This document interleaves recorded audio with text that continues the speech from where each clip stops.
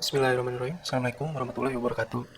Nah, di video kali ini gue mau ngebahas tentang penamaan variabel dalam PHP gitu. Kenapa gue mesti ngebahas ini? Ya karena ini tuh penting gitu. Karena masih banyak menurut gue orang-orang yang masih ngasal dalam bikin nama variabel. Karena nggak menutup kemungkinan walaupun sekarang kita mulai dari project asal, tapi nggak menutup kemungkinan nantinya dari yang asal itu project yang kita nggak tahu apa. Anggaplah startup kita itu nanti kan semakin lama semakin gede gitu kan, semakin berkembang. Nah, di saat pengembangan itu kalau misalkan dari awal codingnya itu udah ngaco gitu loh, ya pasti kedepannya juga ngaco gitu, bingung buat maintenance-nya, buat nambah-nambah fitur, buat bug tracking dan lain sebagainya. Kenapa gue ngebahas ini? Ya karena itu tadi, gue pengen ngajak lulus semua ini yang jadi penonton video gue ini belajar sama-sama lah. Gue juga masih belajar sebenarnya. Em, ya kita belajar sama-sama, kita pahami sama-sama, kita ambil kesimpulan sama-sama. Nah ini sebelumnya gue udah ngerangkum dulu karena kalau belum dirangkum kayak gini nanti videonya bakal panjang gitu, bakal panjang banget. Nah di sini gue langsung aja di oh ya, konsep ini gue adaptasi dari clean code konsepnya PHP atau PHP lah ya. Ya kalau bahasa Indonesia kan PHP, kalau Englishnya ya PHP gitu. Oke, sini gue udah bikin namanya konsep penamaan variabel yang baik dan benar. Sorry. Nah, eh, nanti video ini tuh bakal berseri gitu. Nanti gue bikin playlistnya khusus buat tentang clean code konsep. Kalian bisa sharing ke tim kalian, bisa sharing ke teman kalian untuk lebih memudahkan lagi dalam karena kalian gak perlu ngejelasin ulang gitu, gak perlu ngejelasin ulang ke teman kalian, ke tim kalian. Nah, di sini gue jelasin aja deh. Oke, sebelum kita mulai ada rulesnya dulu nih untuk penamaan variabel. Pertama, gunakan nama variabel itu yang jelas dan mudah dipahami. Oke, jadi jangan ada kata-kata yang ambigu, yang nggak jelas, yang ngasal bikin, yang nggak tahu maksud dan tujuannya apa. Kadang ada yang bikin misalkan variabel tanggal, tapi isinya ternyata bukan tanggal gitu. Nama variabelnya tanggal, tapi isinya itu misalkan nama orang. Nah itu udah kacau banget deh itu. Itu namanya udah benar-benar ngaco gitu, dia itu ngajak ribut itu kalau yang bikin kayak gitu. Nih gue ingetin ya, kalau di tim lu ada yang bikin variabel kayak tadi, nah udah, gak usah banyak ngomong lagi dah, lempar aja dah udah. Keselin emang tuh orang. Ya, yang kedua, gunakan lowercase dipisah dengan underscore atau camel case, tapi lebih baik lowercase aja dengan underscore. Kenapa gue bikin kayak gini? Tujuannya itu biar ngebedain gitu. Kalau function gue pakai camel case, nah kalau misalkan variabel itu gue pakai underscore. Kenapa gue bedain?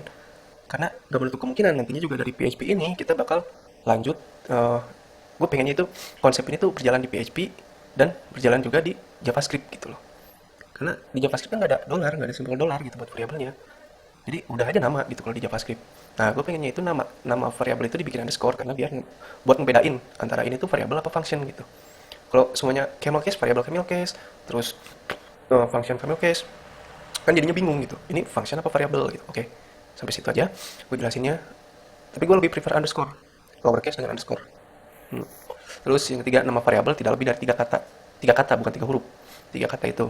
Jadi kalau misalkan lebih dari tiga kata, itu susah buat dihafalinnya, buat diingat-ingatnya itu bakalan susah banget. Eh, Lebih baik dua, tapi maksimal tiga. Sedikit mungkin lah kalau bisa intinya. Jadi jangan panjang-panjang, jangan bikin yang ngaco-ngaco. Tiga kata, tapi to the point gitu. Makanya lu itu sebelum bikin variabel itu harus mikir dulu. Usahakan mikir dulu apa nih nama yang tepat buat variabel ini. Lebih baik kita ngeluangin waktu, nambahin waktu sekitar 10 sampai 1 menit buat mikirin nama variabel. Tapi kalau 1 menit itu kelewatan sih.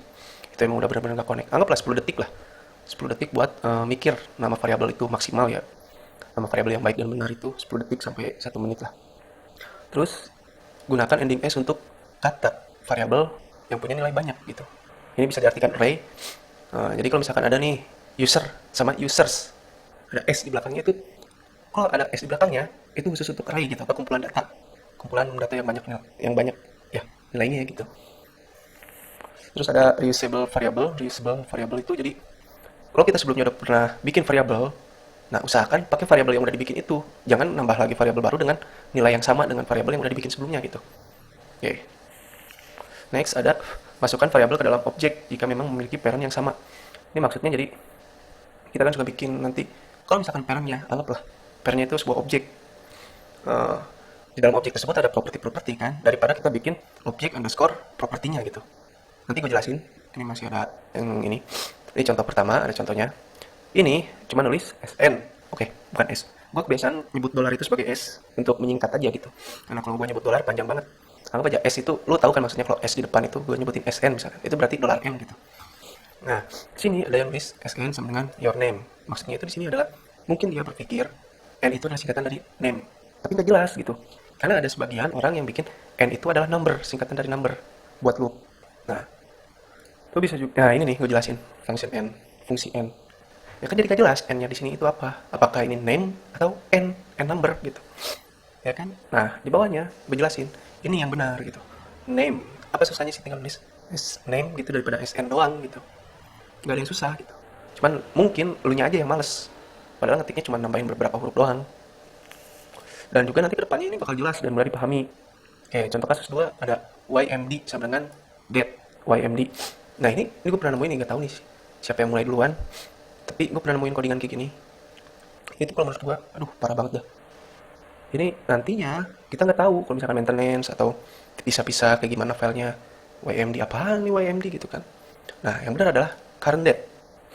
Itu karena kalau lu biasa pakai framework kayak CodeIgniter atau Laravel itu kan kepisah tuh antara view sama controller. Nah kalau penamaan variabel di controllernya udah ngaco, nanti pas lu mulai ke view itu ngaco gitu loh, bingung. Kan di view kan nggak mungkin dideklarasiin gitu kan variabel. Pasti dideklarasiinnya di controller biasanya. Dari controller kita deklarasiin. Oh sorry. Dari controller kita deklarasiin masuk ke view gitu. Nah di view kalau ada tulisan kayak gini doang, YMD misalkan. Ini apaan maksudnya gitu kan? Ini tanggal apa-apa gitu. Gak jelas. Tapi kalau current date kita udah tahu, oh ini berarti nilainya tanggal.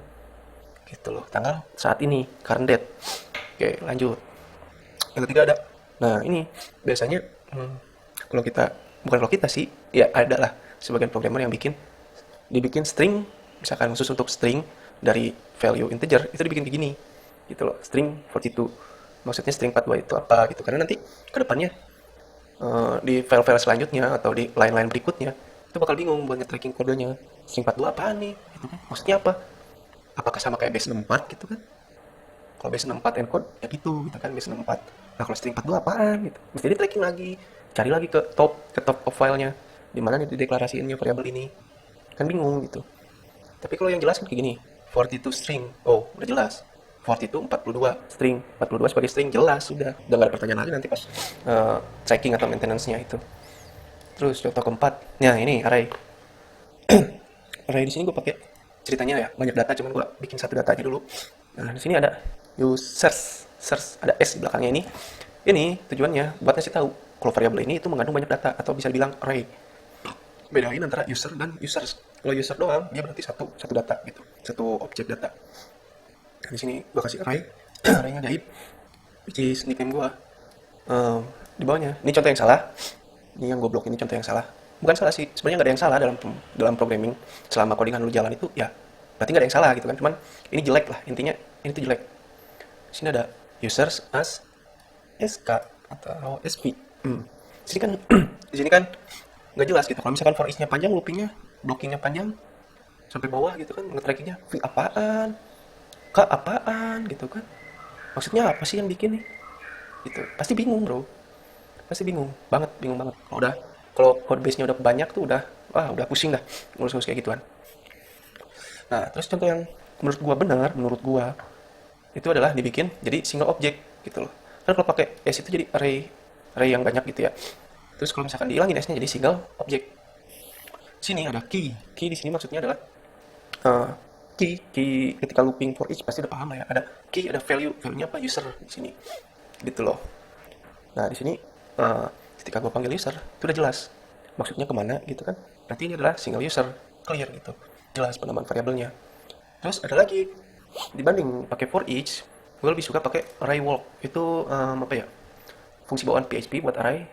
Bisa dicek aja nanti di dokumentasi PHP-nya. Gue nggak mau jelasin array walk itu apa di sini, tapi yang jelas kalau misalkan bikin gini, nah di dalamnya itu kan ada closure function, closure ya closure lah, CLOSURES. Jadi maksudnya itu karena apa ya? Karena nanti si variabel yang ada di sini, si user ini, itu di dalam scope gitu, di dalam scope. Jadi nggak kemana-mana dia variabelnya. Kalau seperti ini kan, apa namanya? Ketika kita panggil lagi, misalkan di bawah sini ada pemanggilan lagi. Nah, si user yang terakhir ini berdasarkan apa yang ada di sini gitu loh. Jadi bukan query write, jadi global lah. Tapi kalau yang di sini ketika kita panggil lagi user di sini, nah di sini, jadi itu udah apa ya namanya? Udah nggak bisa gitu karena bukan global. Di sini tuh scope. Jadi usernya itu cuma ada di dalam fungsi itu sendiri gitu. Itulah kenapa gue lebih milih pakai closure functionnya dari array walk dibanding for each buat array. Karena banyak sih sebenarnya banyak fungsi-fungsi khusus array di PHP. Nanti kalian bisa cari aja di documentation-nya, di manualnya, di manual PHP. Nah, di sini ada pengecualian. Penyingkatan variabel boleh dilakukan di dalam scope jika scope itu tidak besar dan hanya untuk indexing angka. Maksudnya tidak besar di sini adalah yang line of code-nya itu nggak panjang-panjang amat gitu. Jadi dalam satu layar misalkan kayak gini nih, segini lah scope-nya gitu. Scope-nya itu jadi masih ke tracking lah. Ini misalkan contoh di sini adalah i. Oh, kalau cuma segini kan enak nih ngeliatnya nih. Kalau cuma segini kan enak ngeliatnya kita masih dalam satu layar kita gitu. Dalam satu layar udah kelihatan i-nya asalnya dari mana. Nah, kalau udah ngegulung-gulung layar ada i di situ. Ya, bingung apa maksudnya gitu. Dan hanya untuk indexing angka. Maksudnya itu ya i di sini kan angka nih, integer atau angka lah. Intinya buat looping angka doang gitu. Boleh. Itu masih bisa dimengerti, masih mudah dimengerti. Tapi bakal lebih baik jika dibikin indeks aja gitu. Gak usah disingkat-singkat lah. Bikin indeks aja, let it flow gitu. Jadi kalau misalkan disingkat-singkat ya bingung. Tapi kalau misalkan gak disingkat, indeks jelas gitu kan maksudnya indeks. Nulis lebih panjang sedikit itu lebih baik daripada nyingkat-nyingkat yang nantinya bikin bingung atau bikin pusing atau bikin berantakan teamwork gitu. Kerja tim itu jadi ngaco udah. Ya mendingan nulis rada panjang sedikit sih. Nggak ngaruh juga beda sekian milisecond. Kecuali kalau lu ngetiknya lemot. Nah itu beda urusan. Makanya ngetik dulu belajar. Ngetik yang cepet gitu. Jangan lemot ngetiknya. Terus di sini ada apa ini ya tentang apa ya? Gue lupa lagi waktu nulis. Oh ya, reusable variable. Contoh di sini ada first name, ada last name. Terus di line entah line berapa itu muncul full name sama dengan Herlangga Stefani. Padahal Herlangga ini udah di apa namanya ya? Udah didefinisiin gitu pakai first name. Stefani udah di last name. Ini malah didefinisiin ulang kayak gini. Nah, ini bukan reusable variable lagi ini namanya. Jadi mesti ulang-ulang lagi nantinya. Di sini yang benar adalah kita panggil first name underscore last name. Underscore first name spasi last name gitu. Reusable variable. Nah, di sini di contoh yang bawah ini gue cuma ngasih tahu ada cara lain juga gitu selain bikin kayak gini ya. Ini contoh lain lah ya. Bukan berarti ini lebih bagus daripada yang ini, enggak. Ini cuma contoh lain aja. Jadi dimasukin dulu ke array terus di include just in case data di sininya itu banyak gitu. Kalau ini kan cuma 2 data kayak gini mah ya sedikit lah ya. Karena ada waktunya nanti datanya itu banyak gitu kan. Ngegabung-gabung string daripada pakai titik-titik kayak gini. Titik, ada pemisah delimiter, titik lagi. Mending dibikin kayak gini kalau delimiternya sama gitu. Itu contoh lain. Terus di bawahnya ada lagi nih. Nah ini jadi nggak di reusable. Jadi ada pernah nemuin kayak gini. Entah kenapa gitu. Apa susahnya sih masukin dulu si JSON decode ini ke variabel dulu gitu. Dibanding nulis kayak gini kan. JSON decode A. Oh ya ini JSON-nya diartiin. Oh ini jadi diambil A-nya doang. Tapi masalahnya ini jadi nggak reusable gitu. Kalau suatu saat lu butuh lagi variabel ini, mesti lu decode lagi gitu. Mesti di JSON decode lagi. Dan itu nggak apa ya, nggak optimal lah menurut gua. Jadi yang benar itu dibikin dulu variabel, masukin dulu ke variabel nih si JSON decode-nya ini. Nanti dari variabel ini kita tinggal panggil value-nya gitu. Jadi kalau suatu saat di bawahnya nanti di next lainnya itu ada lagi pemanggilannya, kita tinggal panggil JSON-nya aja udah. Gitu loh.